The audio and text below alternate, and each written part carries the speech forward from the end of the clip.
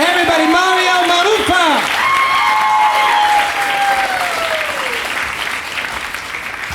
All right, I did not coordinate this outfit with the last guy.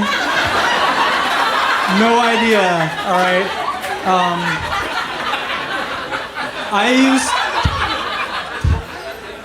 right. I used to start this joke off by saying, this is a question for the guys in the audience, but I changed it to be more inclusive. So, this is a question for everyone who has a penis. Any of you ever taken a shit so big it pressed up against your prostate gland and made you come a little? Anyone? Anyone? No, just me? All right. I accused one of my friends of mansplaining the other day. If any of you don't know what that is, just ask your husband on the way home. And he said, I fucking hate that non-word. And I'm like, calm down. It's called a neologism, and you'll remember that word because it contains the word jism. But that's just how new words come into the language. People just make them up. It's been happening for hundreds of years. I never heard you complain about it until feminists started doing it. And I know one of the reasons anti-feminists claim to hate feminism is all these new scary words they don't understand. And I think that's real fucking hilarious, but hey, what do I know? I'm just a politically correct, virtue-signaling, regressive leftist, social justice warrior, beta, cuck, cultural Marxist, white knight, mangina, feminazi, snowflake. Thanks. I'm at the age where people ask me if I'm married sometimes. Well, I do have a roommate who won't have sex with me, and sometimes I babysit her kid for free. That's basically the same thing, right? One more roommate story before I move on. There are a lot of things I'm not good at, like comedy, for example, but one thing I am good at is noticing really tiny, seemingly insignificant details. And so my roommate has an Amazon Echo. You call it Alexa, whatever. And one time she said, Alexa, read Les Miserables. Sorry, could not find Les Miserables. So then I said, got an idea. Alexa, read Les Miserables. Retrieving your book from Audible. And my roommate was just like, fuck you, Alexa. Sorry, Alexa's just not that into you, I guess. So they're replacing Andrew Jackson on the $20 bill with Harriet Tubman. A lot of other people have jokes about that too, so I'll just say... Of course, we should replace Andrew Jackson on the 20.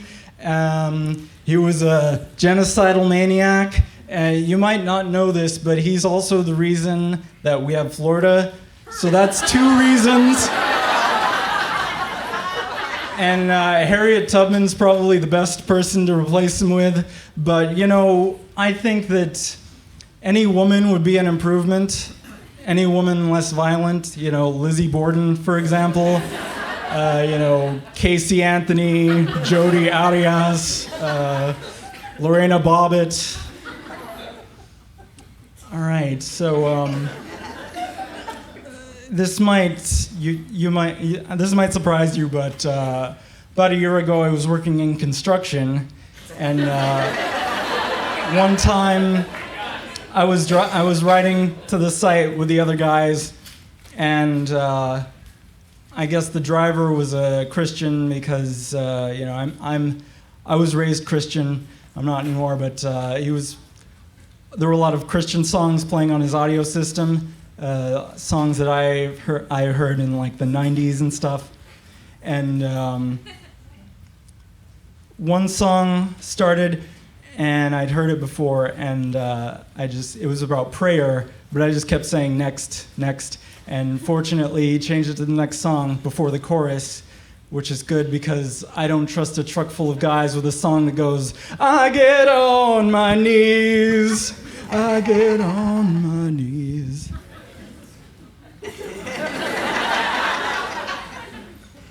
All right, people say, don't complain that God put thorns on a rose bush. Be happy that he put roses on a thorn bush. Oh yeah, well, how am I supposed to feel about wings on roaches? I'm not complaining that sweet is always mixed with bitter. I'm complaining that the disgusting is so often mixed with the horrifying.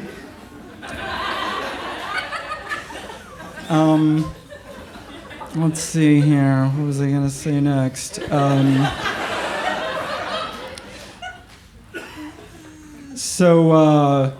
People say atheism, that's just another religion. Well, that's bullshit. I know that because I am an atheist, and my religion is Lana Del Rey. And much like Christians with Jesus, I too have an imaginary personal relationship with her. I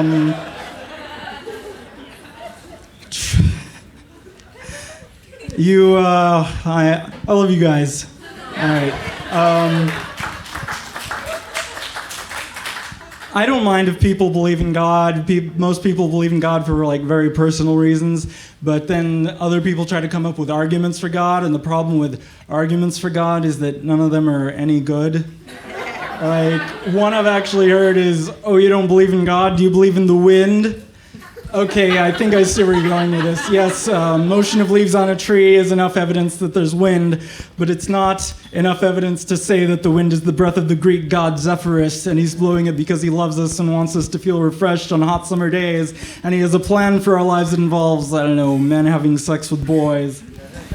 Thank you.